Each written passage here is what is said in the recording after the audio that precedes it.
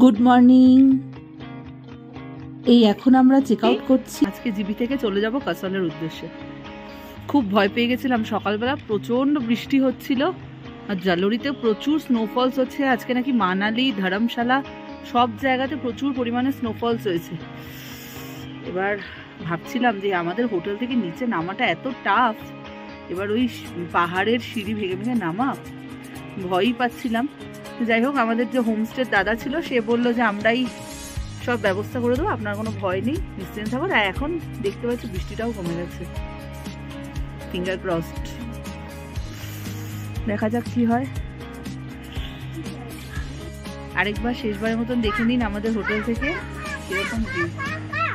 ওই যে নদী চলে যাচ্ছে, খানিকক্ষণ আগে ওই মাউন্টেনের ওপর বরফও দেখা যাচ্ছিল। বৃষ্টি হয়েছে, ওগুলো জমে জমে বরফে পরিণত হয়ে গেছে।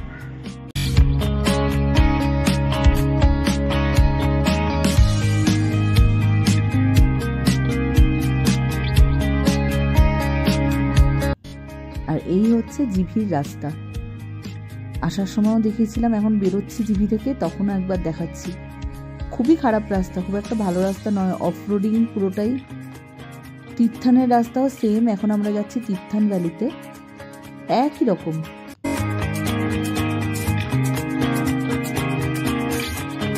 জিভি, তীর্থান এগুলো খুব ছোট জায়গা, একদম ছোট জায়গা। আপনি ইচ্ছা করলে একদিনের মধ্যে শেষ করতে পারবেন। জিভির যেহেতু ঝালরি আছে, ওই ঝালরি পাসের জন্য একদিনটা চলে যায়, কিন্তু ইচ্ছা করলে একদিনও কমপ্লিট করা যায় পুরোটা। তাই জন্য কি এখানে রাস্তার অতটা উন্নতি নেই। আর বলে নাকি রাস্তা উন্নতি ইচ্ছা করেও এরা খানিকটা করে না, কেননা গাড়ির প্রচুর স্পিড বেড়ে যাবে সেই জন্য।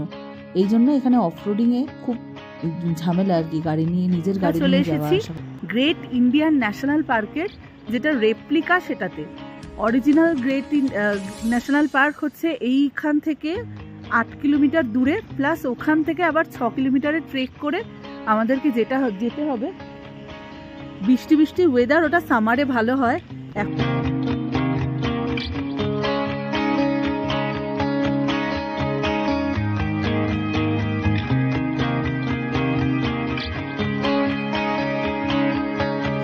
গ্রেট হিমালয়ান ন্যাশনাল পার্কের দুখানা গেট আছে। এটা হচ্ছে গেট নাম্বার 1। অনেকে ইচ্ছা করলে গেট নাম্বার 2 দিয়েও ঢুকতে পারেন, মানে গেট নাম্বার 1 দিয়ে ঢুকে পুরোটা ঘুরে গেট নাম্বার 2 দিয়েও বেরোতে পারেন, আবার গেট নাম্বার 2 দিয়ে ঢুকেও গেট নাম্বার 1 দিয়ে বেরোনো যায়। কিন্তু ব্যাপারটা হচ্ছে এখানে কিছুই সেরকম নেই, এই স্ট্যাচুগুলো রয়েছে শুধু। আর পার্কটা এমনি সুন্দর, যে কোনো পার্কই তো ভালোই লাগে ঘুরতে, ওরকম ঘোরার মধ্যে এই পার্কগুলো বেশ ভালো লাগলো ঘুরতে। আর আলাদা করে এখানে দেখার মতন কিছু নেই, পাখি ফাখি এগুলো কিছু নেই। সুন্দর জায়গা তীর্থানে গ্রেট হিমালয়ান ন্যাশনাল পার্ক। এগুলো মূলত সবাই ট্রেকিংই করে। আর একটা জিনিস জিভি তীর্থানে এসে যেটা বুঝলাম, ফ্যামিলি কম আসে। ম্যাক্সিমামই দিল্লি, চণ্ডীগড়, হরিয়ানা ওইসব থেকে কলেজ স্টুডেন্ট,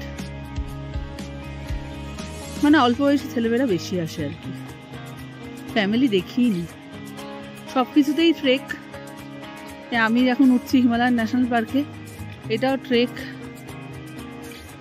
পুরো উঁচুতে। কিন্তু অরিজিনালটা খুব সুন্দর। ওটা একটু বেশি ট্রেক, কিন্তু খুব সুন্দর অরিজিনালটা। প্রচুর ইনফরমেশন আছে।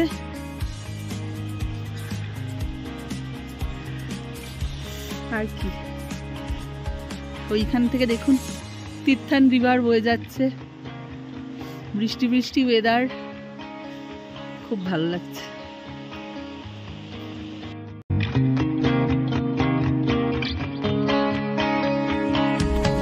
এই গ্রেট হিমালয়ান ন্যাশনাল পার্কের যে রেপ্লিকা, সেখান থেকে বেরিয়েই একটু খানিকটা গিয়েই এমন একটা জায়গা চোখে পড়লো যে ওখানে না গেলেই নয়। ওখানে গেলে তীর্থান যে রিভারটা, সেটা খুব ভালোভাবে দেখা যাচ্ছে।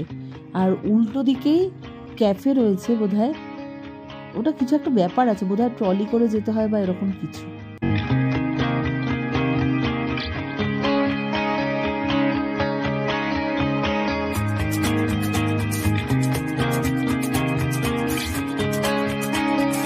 এই নদীগুলো এখন দেখতে যতটাই শান্ত, যত কম জল লাগছে, বর্ষাকালে ঠিক দ্বিগুণ হয়ে যায়। বর্ষাকালে এই নদীগুলো এই রাস্তাগুলোকে ভাসিয়ে দিয়ে যায়। প্রচুর রাস্তা ভাঙা, এখানকার রাস্তা মানে শুধু তৈরি হতেই থাকে, ওই জন্যই রাস্তার কন্ডিশন এখানে খুব খারাপ থাকে। কেননা প্রত্যেক বছর এখানে বন্যা হয়, প্রত্যেক বছর।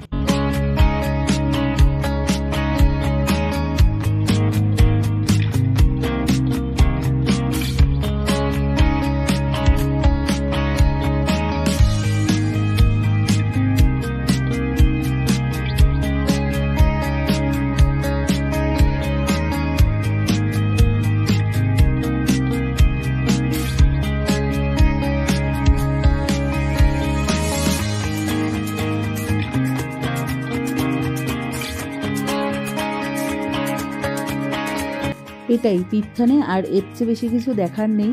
যাও বা একটা দুটো ফলস আছে এখানে, সেটাও ওরকম ট্রেকিং করে যেতে হবে, 1.5 ঘন্টা 2 ঘন্টার ট্রেক। সুতরাং আমরা রিস্ক নিইনি, কেননা ওয়েদারটা আজকে খুব একটা ভালো নয়, বৃষ্টি বৃষ্টি, রাস্তার কন্ডিশনও খারাপ, আর মাম্মামকে নিয়ে ট্রেক করা অতক্ষণ ধরে একটু ডিফিকাল্ট আমাদের পক্ষে। সেই জন্য আজকের ব্যাক টু কাসল। এখন কাসল যাই, তারপর কাসল থেকে কোথায় কোথায় ঘোরা যায় সেটা আবার দেখবো।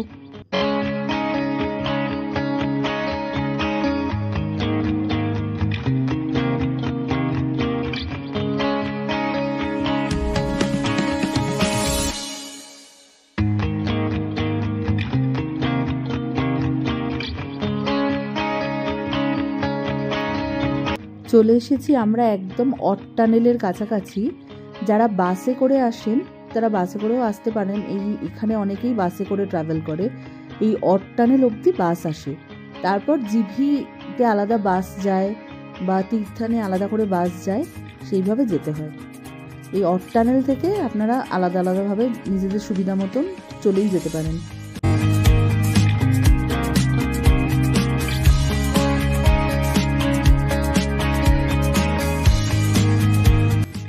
এটাই অট টানেল, এর মধ্যে দিয়ে ওই দিকটায় গেলেই আমরা কাসাল মানিকারেনের দিকে চলে যাচ্ছি। অট টানেলের বাইরে এসে আমরা এবার কিছু খেয়ে নেব। এখানে ভিউটা দেখুন,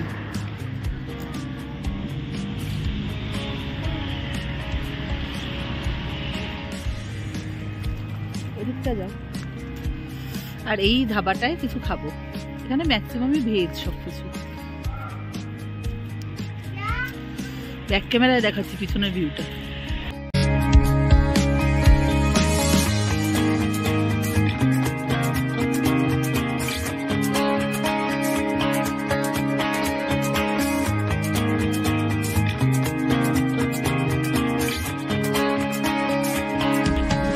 অট্টালের বাইরেটা এত সুন্দর হয়ে গেছে আমাদের খাওয়া দাওয়া, খাবার দাবারও খুব সুন্দর। ভেজ স্পেশাল থালি নিয়েছিলাম একটা, 250 টাকা। খাওয়া দাওয়া একটু কস্টলি এখানে, কাসালেও কস্টলি হবে, জিভিতে তীর্থানে খুবই কস্টলি। একটা চিকেন পাকোড়া সাধারণ সেটাই নিচ্ছে 380 টাকায় 7 পিস। সুতরাং চলুন এবার যাওয়া যাক কাসালের উদ্দেশ্যে।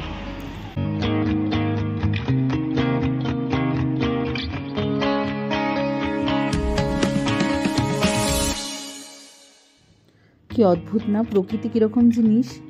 এই নদীটা এখন কিরকম লাগছে, সরু মতন। এই নদীটা, এই যে পুরো এরিয়াটা, এটা পুরো ভাসিয়ে নিয়ে এই রাস্তা ভেঙে দেয় প্রত্যেক বছর। এখানে অলরেডি আমরা দেখতে পেলাম, এত খারাপ লাগলো, একটা ছোট 3 তলা মতন বাড়ি, এখানকার বাড়িগুলো তো ছোট ছোটই হয়, 3 তলা মতন বাড়ি পুরো ভেঙে উল্টে পড়ে রয়েছে। ভিডিও করতেও ইচ্ছা করলো না, ফটো তুলতেও ইচ্ছা করলো না। যার গেল তার তো গেলই।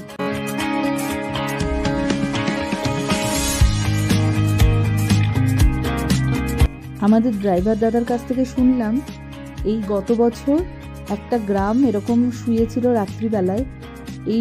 এখানকারই একটা গ্রাম, জিবি ওইখানকার একটা গ্রাম নাকি রাত্রিবেলা ঘুমোতে গেছিল, পরের দিন সকালবেলা আর কিছু ছিল না, সবাই ভেসে চলে গেছে, বাচ্চা বুড়ো, এই অল্প বয়সী ছেলে মেয়ে প্রত্যেকে আর কি ভেসে চলে গেছে এই জলের তোড়ে। এখানকার লাইফ যে কত রিস্কি, প্লাস ব্যবসা অবস্থা খুব খারাপ থাকে। পুরো বর্ষাকালটা এরা কেউ ব্যবসা করতে পারে না। এই যারা এই নদীর ধারে ধারে যেসব হোটেল, যেই ধাবাগুলোয় আমরা খেলাম, সেই জন্যই ওরা এত কস্টলি করে রাখে সমস্ত জিনিস। কেননা ওদের ব্যবসাই হচ্ছে আপনার প্রায় 9 মাসের, 3 মাস বা 2 মাস এরা কোনো ব্যবসা করতেই পারে না।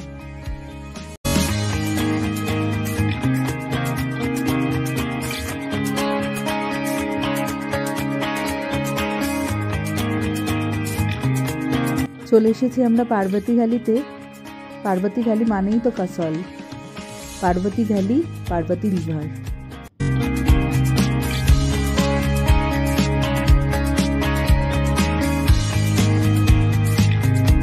কাসলে এটাই আমাদের দুদিনের থাকার ব্যবস্থা। আমরা আজকে বেরিয়েছি জিবি থেকে প্রায় 11টা নাগাদ, 11টা 10-15।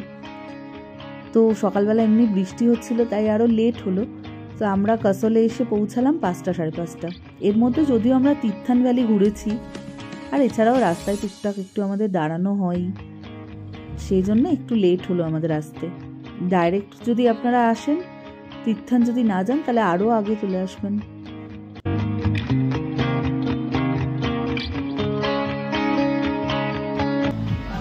এখন রাত্রি 9টা বাজে, আমরা কাসলে রয়েছি। মেন মার্কেটটা ঘুরেছি, কিন্তু আজকে আর ব্লগ করতে পারিনি, কালকে করব। আর এখন রাত্রি 9টার সময় টেম্পারেচার মাইনাস, উল্টোগুলোই দেখা যাবে এখানে, -9 ফিল দিচ্ছে, -9 আর ফিল দিচ্ছে -13। তার মধ্যে আমরা বেরিয়েছি খেতে। এই হচ্ছে ক্যাফে, ভালো ভাই, প্যান প্যান করছে ও। খুলে ফেলবে।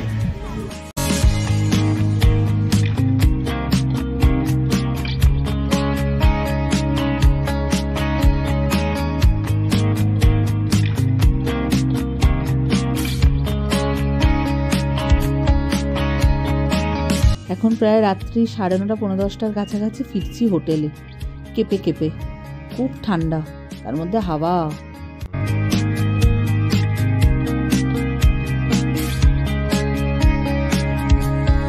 কাসলের দ্বিতীয় দিনের সকালবেলায় আপনাদের সবাইকে স্বাগত।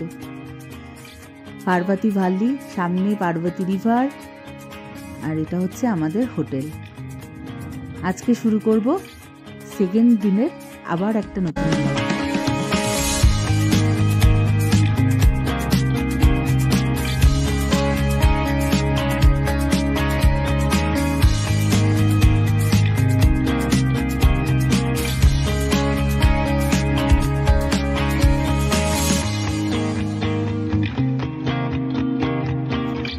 আমাদের হোটেল থেকে চারিপাশের ভিউটাই খুব সুন্দর। এগুলো সবই আমাদের হোটেল থেকে। পুরো পার্বতী ভ্যালিটা দেখা যাচ্ছে, আর পার্বতী রিভার তো ওই যে সামনে। মর্নিং, আজকে কাসলের ডে 2। আজকে আমরা এখন বেরিয়ে যাচ্ছি মানিকারান থেকে ফিরে ওই কাসলে চালাল ভিলেজ, চোজ ভিলেজ আছে, ট্রেকিং করতে হবে, ওগুলো দেখবো কতটা কি করা যায়। আপাতত যাচ্ছি আমরা মানিকারানের উদ্দেশ্যে।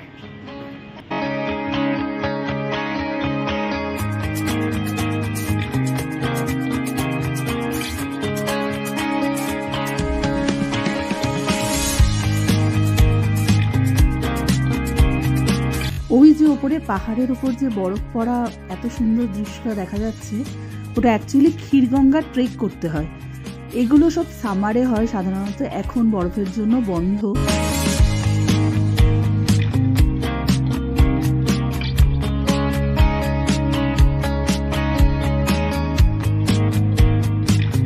আমাদের হোটেল থেকে কাসল মার্কেটের ডিস্টেন্স বেশি নয়, ওই পায়ে হেঁটে 2 মিনিট মতোই। আমরা কাসল মার্কেটে চলে এসেছিলাম, সেখান থেকে আমাদের গাড়ি আমাদের পিক আপ করে এখন নিয়ে যাচ্ছে আমাদের মানিকারানের জন্য।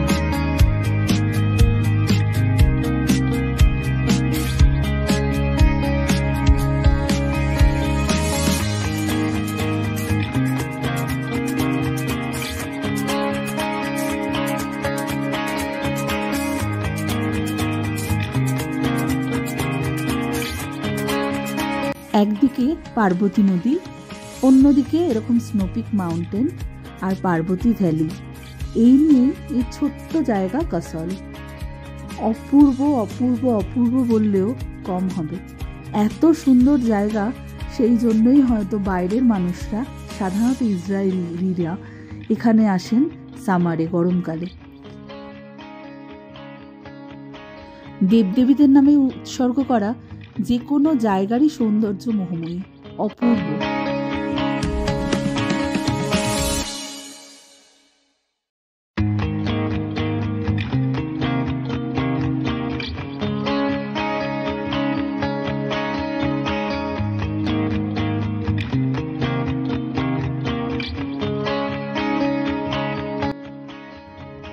চলে এসেছি আমরা মণিকরণে। এটাই হচ্ছে মণিকরণের গুরুদ্বারা।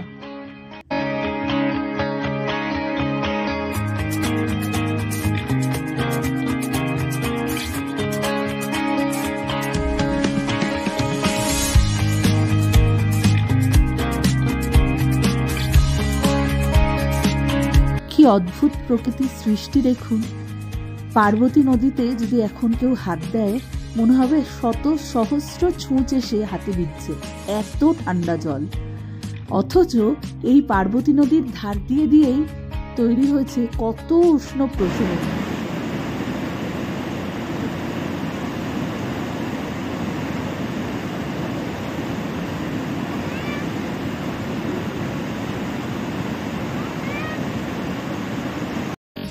শুনলেন পার্বতী নদীর আওয়াজ?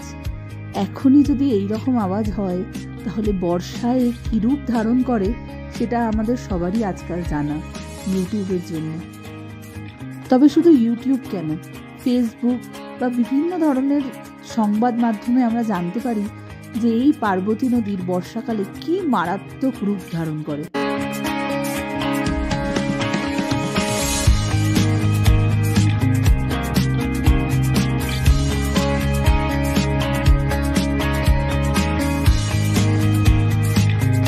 গুরুদ্বারার মধ্যে ঢুকলেই মনটা শান্তি হয়ে যায়। এটা হচ্ছে লঙ্গরখানা। এখানে সারা দিন বিনামূল্যে খাওয়ানো হয়। রয়েছে প্রচুর থাকার ব্যবস্থা। যদি কেউ গুরুদ্বারাতে থাকতে চান, তাহলে অবশ্যই এখানে এসে আপনারা এখানে যোগাযোগ করতে পারেন।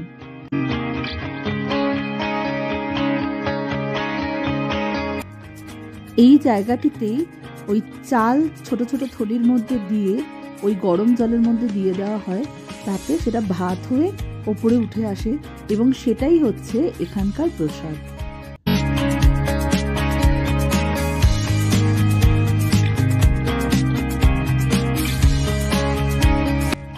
এখানে ছেলেদের জন্য আলাদা এবং মেয়েদের জন্য আলাদা স্নানের ব্যবস্থা রয়েছে উষ্ণ গরম জলের মধ্যে। আর এই জায়গাটা হচ্ছে হট কেভ।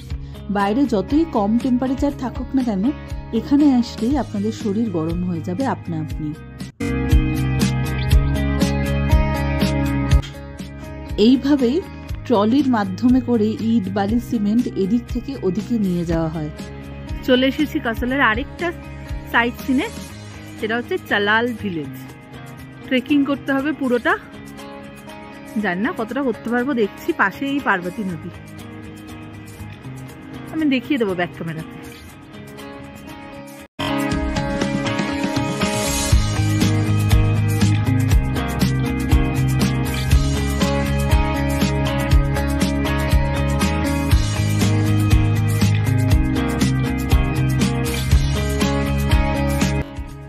চালাল ভিলেজ ট্রেক করার জন্য কখনোই কিন্তু গাড়ি আসে না। এই ব্রিজের ওপারে ওল্ড কাসলে আপনার গাড়িটা দাঁড়িয়ে থাকবে। এই ব্রিজ পেরিয়ে গিয়ে আপনাদের ট্রেকিং করতে হবে। 30 থেকে 40 মিনিটের ছোট একটা ট্রেক। মডারেট থেকে ডিফিকাল্ট বলতে পারেন, খুব একটা ইজি নয়। পাহাড়ি রাস্তায় ট্রেক করা কখনোই তো ইজি নয়, তবে যতদূর যাওয়া যায় আমরা ততদূর যাব।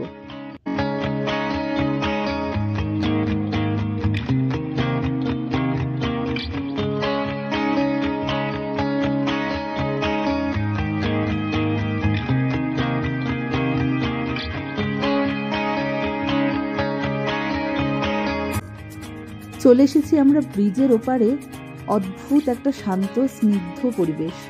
এখানে কোনো পলিউশন নেই, আছে শুধুমাত্রই শান্তি।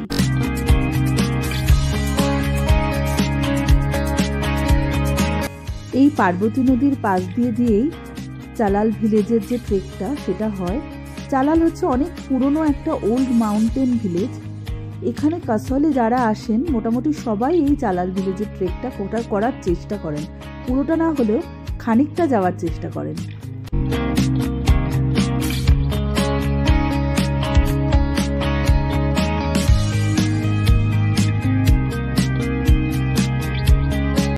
হাঁটতে হাঁটতে চলে এসেছি আমরা অনেক দূরে।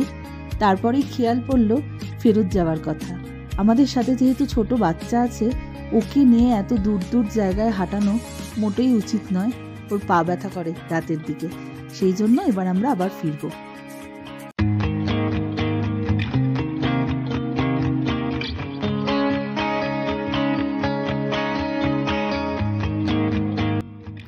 এত সুন্দর জায়গার থেকে ফেরত যেতে সত্যিই মন চায় না।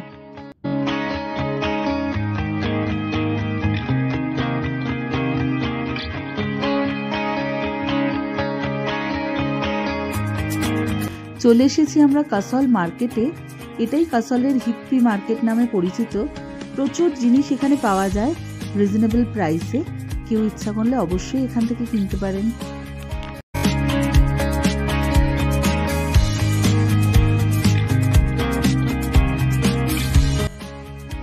এত ঘোরাঘুরির পর পেয়ে গেছিল আমাদের প্রচন্ড খিদে, তাই চলে এসেছিলাম আমরা পাইনউড ক্যাফেতে।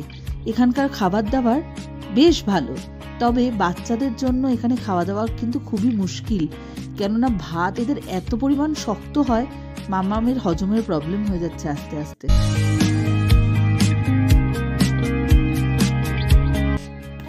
কাসল মার্কেট থেকে কিছুটা পিছিয়ে আসলেই আমাদের হোটেলের দিকটায় আসার পথেই এই নেচার পার্কটা পড়ে।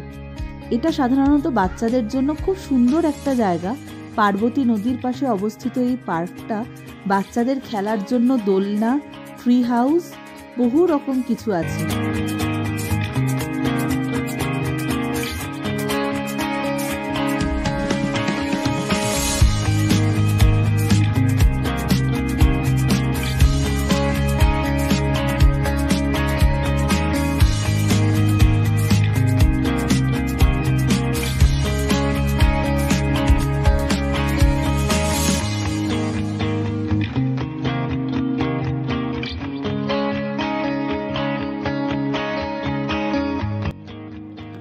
পার্কটা যে খুব বিরাট বড় তা কিন্তু নয়, পার্কটা ছোটর মধ্যেই, কিন্তু এখানে আসলে অনায়াসে বসে বিকালবেলা টাইম পাস করাই যায়।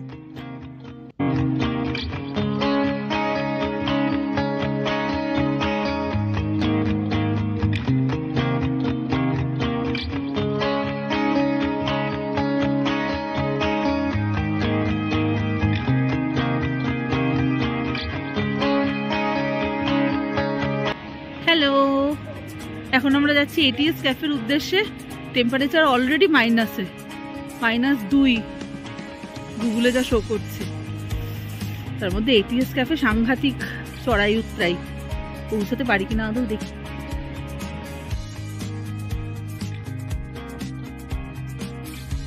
চালাল ভিলেজ ট্রেক করার পর আবার এটিএস ক্যাফেতে ট্রেক করা মামামের পক্ষে আর সম্ভব ছিল না বলে ওইটা আমাদের উইথড্র করতে হয়েছে। এটিএস ক্যাফেতে আমরা যেতে পারিনি, কিন্তু খুব ফেমাস একটা ক্যাফে এখানে রয়েছে কাসলের, সেটা হচ্ছে মুন ডান্স বার ক্যাফে। সেখানেই আজকে রাত্রে আমরা যাব।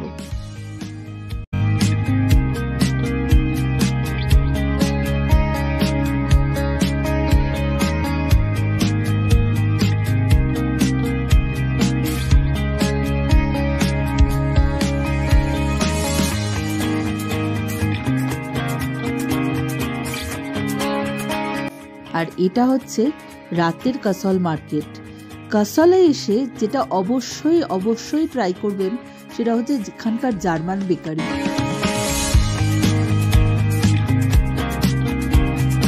দারুণ স্বাদের cake, pastry, hot chocolate, brownies এখানে পাওয়া যায়। দারুণ খেতে, আর এত ঠান্ডার মধ্যে ওরা যে কোনো জিনিস একটু গরম করে দিচ্ছে, আর অমৃত লাগছে পুরো খেতে।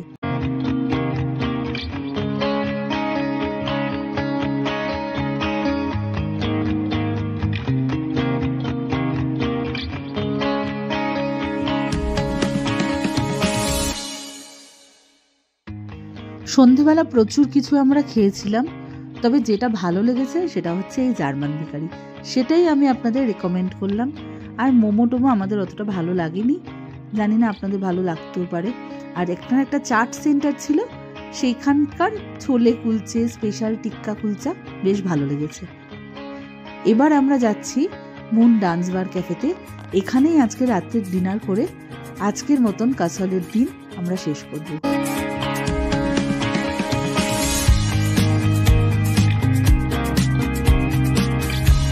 এখানে এলে অবশ্যই এদের চিকেন লাজানিয়া এই ডিশটা ট্রাই করবেন। এই ডিশটা এদের বেশ ভালো, অনেকেই রেকমেন্ড করেছিল আগে, আমরাও খেয়ে দেখলাম, বেশ ভালো। আরেকটা জিনিস ট্রাই করতে পারেন, সেটা হচ্ছে ট্রাউট ফিশের ডিশ, সেটাও খুব ভালো হয়। কিন্তু আমরা এত কিছু কাসল মার্কেট থেকেই খেয়ে নিয়েছিলাম, আমাদের আর জায়গা ছিল না পেটে।